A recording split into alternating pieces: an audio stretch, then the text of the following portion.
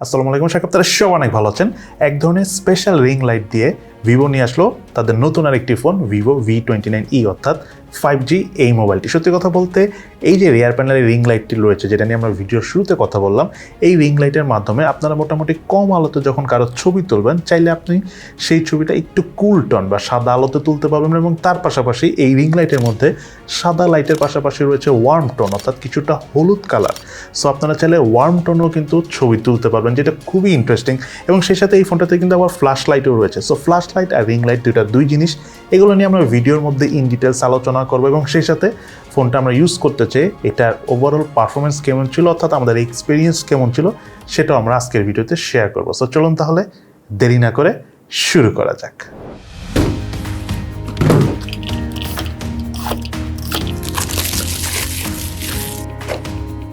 মোবাইলটির box কন্টেন্টে রয়েছে user manuals, sim tray ejector, soft plastic back cover, 44 ওয়াটের fast charger, type C USB charging cable এবং Vivo V29e 5G মোবাইলটি। এই মুহূর্তে সবচাইতে ট্রেন্ডি ডিজাইন হলো বক্সি শেপ ডিজাইন, এবং সেই ডিজাইনেই এই ফোনটি এসেছে। এবং রিয়ার প্যানেলে এক ধরনের খুব সলিড সূক্ষ্ম ম্যাটেরিয়ালস রয়েছে। সো কিছুটা ম্যাট টেক্সচার মনে হলো, অ্যাকচুয়ালি ম্যাট টেক্সচার না, এবং খুব একটা ইজিলি হাতের ছাপও পড়ে না। খুবই ইন্টারেস্টিং একটা কালার, যেটা সত্যি কথা না বললেই নয়। এবং আমার কাছে থাকা এই ফোনটার কালার ভেরিয়েন্টের নাম হলো রোজ গোল্ড। এই ফোনটার কিন্তু আরও একটি কালার ভেরিয়েন্ট রয়েছে, সেটার নাম হলো ফরেস্ট ব্ল্যাক।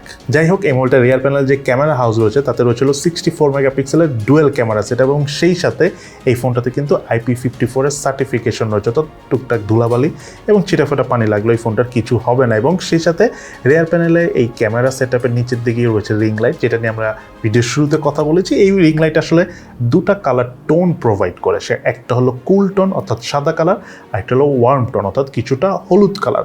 এবং আপনারা মোটামুটি কম আলোতে যখন ছবি তুলবেন, তখন এই লাইট ইউজ করে বেশ ভালো ছবি তুলতে পারবেন। এটা নিয়ে আমরা ক্যামেরা সেকশনে ইন ডিটেলস আরও আলোচনা করবো। যাই হোক, এই ফোনটার বডি ডাইমেনশনের কথা বলতে গেলে 6.67 ইঞ্চি ডিসপ্লে সহ মোবাইলটির থিকনেস হলো 7.69 মিলিমিটার এবং ওয়েট হলো 190 গ্রাম। বেশ স্লিম এবং হালকা হওয়ার কারণে মোবাইলটি খুব ইজিলি সিঙ্গেল হ্যান্ডে ইউজ করা যায় এবং হ্যান্ড গ্রিপ করেও প্রিমিয়াম একটা ফিল পাওয়া যায়। এবং এই ফোনটার বাটন এবং পোর্টসের কথা বলতে গেলে, মোবাইলটার রাইট সাইডে রয়েছিল ভলিউম রকার এবং পাওয়ার বাটন। মোবাইলটার লেফট সাইডে কিছুই নেই। মোবাইলটার উপর অংশে রয়েছিল নয়েজ ক্যান্সেলেশন মাইক, এবং মোবাইলটার নিচের অংশে রয়েছিল main speaker, primary mic, USB type C charging port এবং সিম কার্ড ট্রে। এটাতে কোনো এক্সটার্নাল মেমোরি কার্ড ইউজ করার সুবিধা নাই এই সিম কার্ড ট্রেতে। এবং এই ফোনটাতে থাকা in display fingerprint scanner performance একদম সলিড পারফরমেন্স পেয়েছি আমরা। টাচ করার সাথে সাথেই আনলক করে দিচ্ছিল, এবং সেই সাথে মোবাইলটিতে ইম্পর্টেন্ট 34টি সেন্সরস রয়েছে। 5G সাপোর্টেড এই ফোনটাতে অপারেটিং সিস্টেম হিসেবে রয়েছিল Android 13 ভার্সনে, এবং ইউআই হিসাবে রয়েছে ভিভোর একদম লেটেস্ট ইউআই ফানটাচ 13, এবং সেই সাথে মোবাইলটিতে এক্সট্রা 8GB ভার্চুয়াল র্যাম রয়েছে। এবং এই ফোনটার মাল্টিটাস্কিং পারফরমেন্সের কথা বলতে গেলে, ফোনটাতে আসলে টুকটাক কিছু ব্লটার বা আননেসেসারি অ্যাপস রয়েছে, বাট সেগুলো চাইলে আপনারা ডিলিট করে দিতে পারবেন। এবং সেই সাথে ভিভোর বেশ কমফোর্টেবল একটা ইউআই আমরা সবসময় শুনেছি, এবং এই ফোনটাও সেম। সো আমরা মোটামুটি অনেক হেভি ইউজ করেও কোনো ধরনের কোনো প্রবলেম ফেস করিনি। ইনফ্যাক্ট অনেকগুলো অ্যাপসও যখন আমরা ব্যাকগ্রাউন্ডে রান করে সফট করে ইউজ করেছি, তখনও কোনো ধরনের কোনো ল্যাগিংয়ের দেখা পাইনি। এবং এই মোবাইলটার ডিসপ্লেটি হলো 6.67 ইঞ্চি সাইজের, এবং এই ডিসপ্লেতে রয়েছিল 120Hz রিফ্রেশ রেট, এবং এটি একটি সুপার অ্যামোলেড প্যানেলের ডিসপ্লে, যার রেজুলেশন হলো 2400x1080 পিক্সেল, এবং ডিসপ্লে পিক্সেল ডেন্সিটি হলো 394 ppi। এই মোবাইলটি আমরা আউটডোর ইউজ করতে চাই, স্পেশালি ডে লাইট কন্ডিশনে। কোনো ধরনের কোনো লো ব্রাইটনেস জনিত প্রবলেম আমরা ডিসপ্লে থেকে পাইনি। এবং সেই সাথে যখন আমরা ছবি তুলেছি রিয়ার প্যানেলে থাকা ক্যামেরা দিয়ে আউটডোরে ডে লাইট কন্ডিশনে, তখনও কম আলো পেয়েছি বা ডিসপ্লে একটু অন্ধকার এই ধরনের কোনো ইস্যুস আমরা পাইনি ক্যামেরা দিয়ে ছবি তোলার সময়। সে সাথে ডিসপ্লে অর্থাৎ মোবাইলটি যদি আমি ডিসপ্লে চিন এবং ভেজেল এরিয়ার কথা বলি, একদম সিমেট্রিক্যাল টাইপ, চারদিক থেকে সমান, যেটা আমার কাছে অনেকই ভালো লাগে। এবং সে সাথে ডিসপ্লে ঠিক উপরে সেন্টারে রয়েছিল 500 সেলফি ক্যামেরা, এবং এই মোবাইলটিতে রয়েছিল ওয়াইড ফাইন L1 এর সাপোর্ট। এই মোবাইলটার রিয়ার প্যানেল রয়েছিল 1.8 অ্যাপারচারের 64 মেগাপিক্সেলের OIS ক্যামেরা, দেন আরেকটি ক্যামেরা হলো 2.2 অ্যাপারচারের 8 মেগাপিক্সেলের আলট্রা ওয়াইড ক্যামেরা। এই ফোনটার মেইন ক্যামেরা দিয়ে ছবি তোলার পর ছবির ডিটেলস মোটামুটি বেশ ভালোভাবে ধরে রাখতে পারছিল। খুব একটা কালার স্যাচুরেশনের আমরা দেখা পাইনি। ইনফ্যাক্ট যখন আমরা ছবি তুলেছি, ফোকাস করতে আমাদের কোনো ধরনের প্রবলেম হয়নি, একদম ভালোভাবে আমরা ছবি তুলতে পেরেছি। এবং সেই সাথে ফোনটাতে থাকা পোর্ট্রেট মোডে যখন আমরা ছবি তুলেছি, ছবির পারফরমেন্স বেশ ভালো ছিল, কালার টোনটা যথেষ্ট নাইস ছিল, ডাইনামিক রেঞ্জ নাইসলি কভার করতে পারছিল, এজ ডিটেকশনও একদম ঠিকঠাক ছিল। সেই সাথে ফোনটা আমরা নাইট মোডে যখন ছবি তুলেছি, আমাদের কাছে অনেকই ভালো লেগেছে। আপনাদের কাছেও নাইট মোডের ছবি তুলে আই থিঙ্ক ভালোই লাগবে। দেন এই ফোনটাতে থাকা যে রিং লাইটটা রয়েছে, যেটা নিয়ে আমরা ভিডিও শুরুতে মাঝখানে কথা বলেছি, এইখানে দুটো কালার রয়েছে, একটা হলো কুল টোন, একটা হলো ওয়ার্ম টোন। কুল মানে সাদা, ওয়ার্ম মানে হালকা হলুদ। সো আপনি যখন মোটামুটি কম আলোতে কারো ছবি তুলবেন, আপনার সিচুয়েশন অন ডিমান্ড, অর্থাৎ যদি আপনার ওয়ার্ম টোন প্রয়োজন হয় ওয়ার্ম টোনে নিয়ে ছবি তুলবেন, অথবা হোয়াইট টোন প্রয়োজন হলে হোয়াইট টোনে যে ছবি তুলতে পারবেন, যেটা আপনার অনেক কাজে দিবে। এবং সত্যি কথা বলতে লো লাইটে বেশ ভালো ফটোগ্রাফি করা যায় এই ফোনটাতে। দেন এই ফোনটার ভিডিও ক্যামেরা পারফরমেন্সের কথা বলতে গেলে, ফোনটা দিয়ে আমরা হাইস্ট 1080p-তে ভিডিও শ্যুট করতে পেরেছি, 30 fps-এ। যদি 4K-তে ভিডিও শ্যুট করা যায় তাহলে ভালো হতো, তবে ওএস থাকার কারণে আমরা মোটামুটি স্টেবল পারফরমেন্স পেয়েছি ভিডিও শ্যুট করে।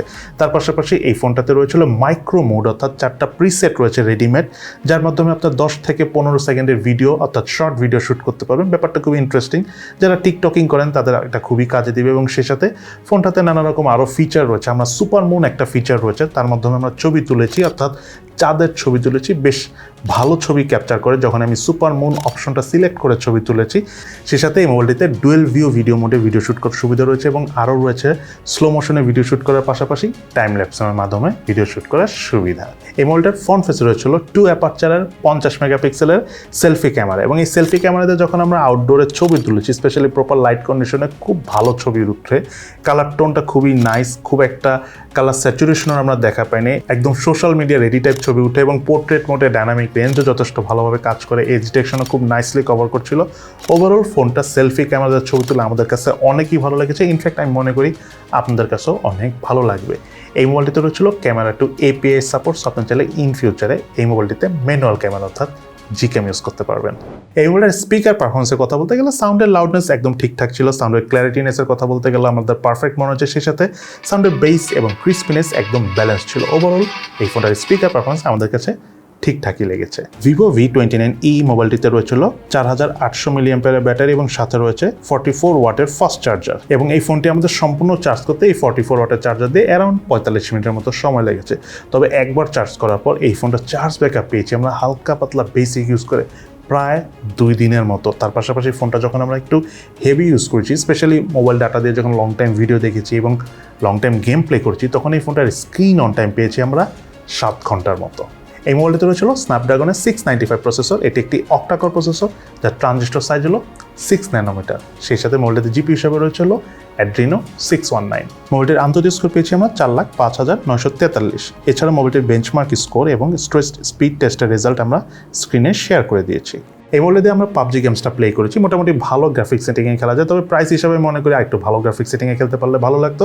তবে গেমিং পারফরমেন্স একদম বাটার স্মুথ ছিল, খুব একটা ল্যাগিং ফ্রেম ড্রপে দেখা পায়নি। In fact long time game play করার সময় এই ফোনটা থেকে খুব একটা হিটিংয়ে দেখা পায়নি, যেটার জন্য আমি ভিভোকে থামস আপ দিব তাদের কুলিং সিস্টেমের জন্য। তার পাশাপাশি এই ফোনটা দিয়ে আমরা ফুটবল গেমসটা খেলেছি, একদম বাটার স্মুথ পারফরমেন্স পেয়েছি। কালার টোনটা অনেক নাইস প্রোভাইড করে, দ্যাটস ওয়াই ফুটবল খেলেও ভালো লেগেছে।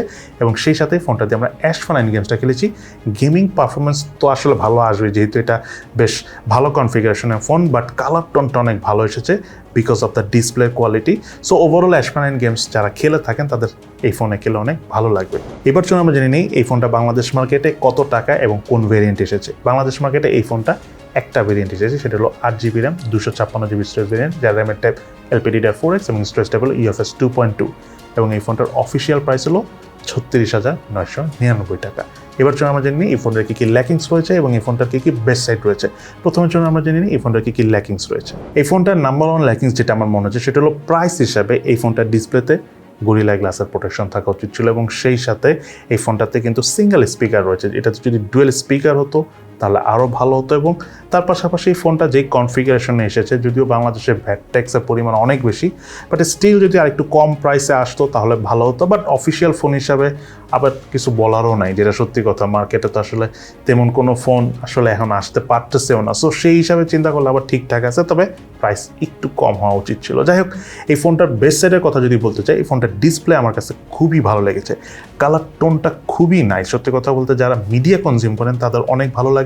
দেন সেকেন্ড, এই ফোনের ইউআই, ভিভোর ইউআই এমনিও অনেক ভালো, আমরা সবসময় শুনে এসেছি। এবং এই ফোনটার মাল্টিটাস্কিং পারফরমেন্স অনেক ভালো লেগেছে আমাদের। কিন্তু এই ফোনে অ্যান্ড্রয়েড 13-এর পাশাপাশি যেহেতু ভিভোর একদম লেটেস্ট ইউআই ফান্টাস 13 রয়েছে এবং 8GB এক্সট্রা ভার্চুয়াল র্যাম রয়েছে। সো ওভারঅল আমি আসলে বুস্ট আপ পারফরমেন্সে পেয়েছি, যেটা আমার কাছে অনেক ভালো লেগেছে। আর সত্যি কথা বলতে ডিসপ্লে একটা কথা বলতে ভুলে গিয়েছিলাম, সেটা হলো ভেজেল এবং চিনটা কিন্তু একদম সিমেট্রিক্যাল।